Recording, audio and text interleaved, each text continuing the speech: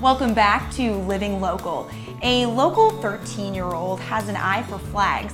He started seeing and pointing out torn and tattered flags and wanted to restore them. I'm here with Liam Wilcox, and he created the Flag Restoration Project. And you started this actually a year ago when you were 12 years old.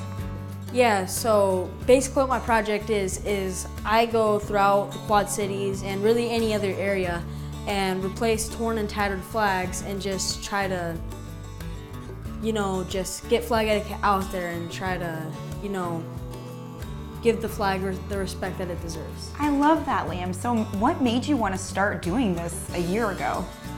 So really how it all started was a veteran came to my school and told everybody there flag etiquette so that, we knew the proper etiquette for a flag.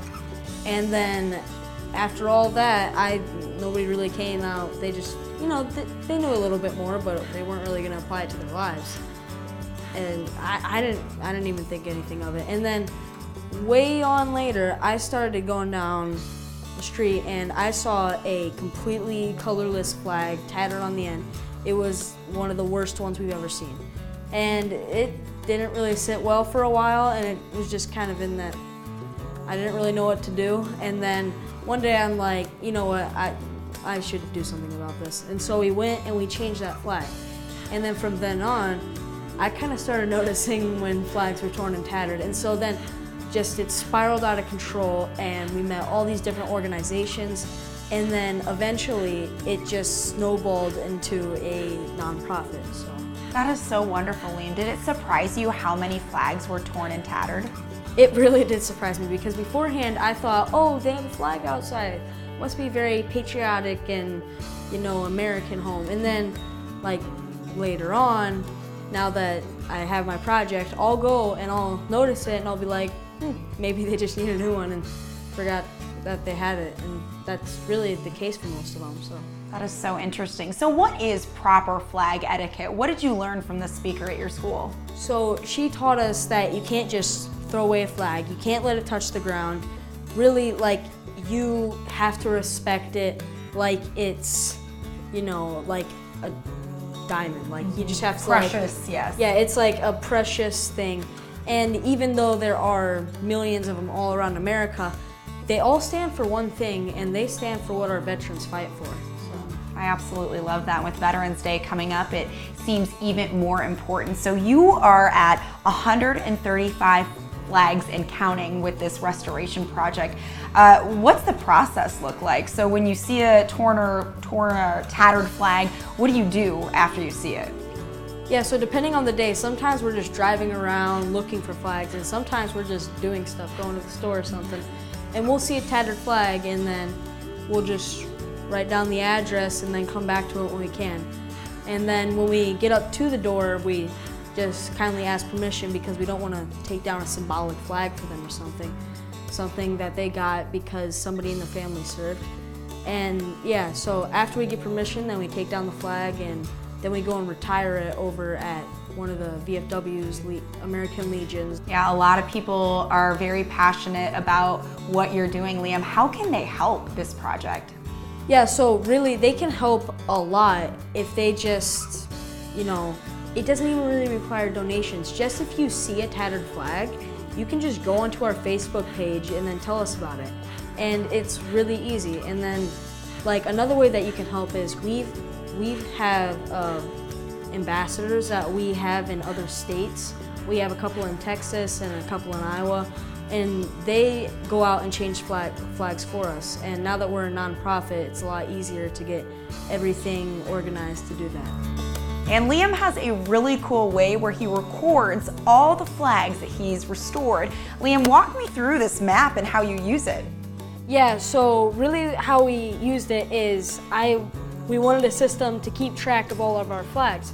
And so I was like, you know what, why don't we just, get a cork board, get a map of the Quad Cities, and then somehow smash those two together. And then we came up with this mess where we just, how it works is if we change a flag, then we put the pin in where the flag was changed.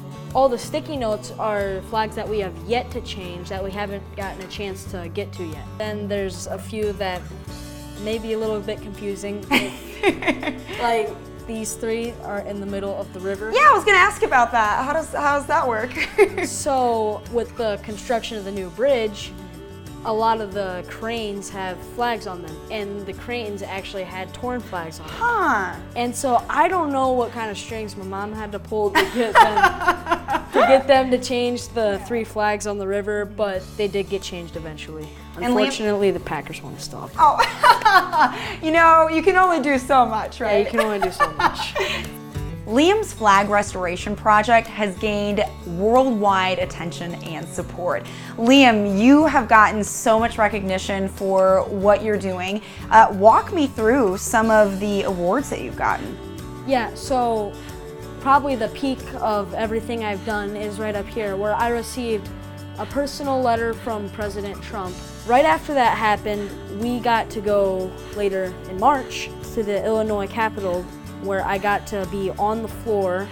Representative McCumbee, she gave me this book, which is full of all the representatives of Illinois, and I got a few people to sign that, which was pretty cool. That is awesome. Yeah, and then the representatives there gave me his 2-star general coin, and that was a huge honor. On Flag Day, I went to go replace my 100th flag, and then Governor Bruce Rauner showed up.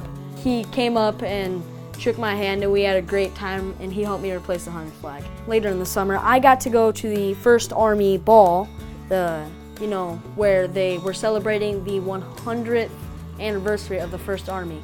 And that was a huge honor in itself to just go there. And then later on, they presented me with this medal from the First Army of the United States, and this was a huge honor to receive. Wow. I've gotten some other coins from police officers, SWAT team, mayors, and it's just such an honor that I'm able to accept all these things. It's really quite incredible.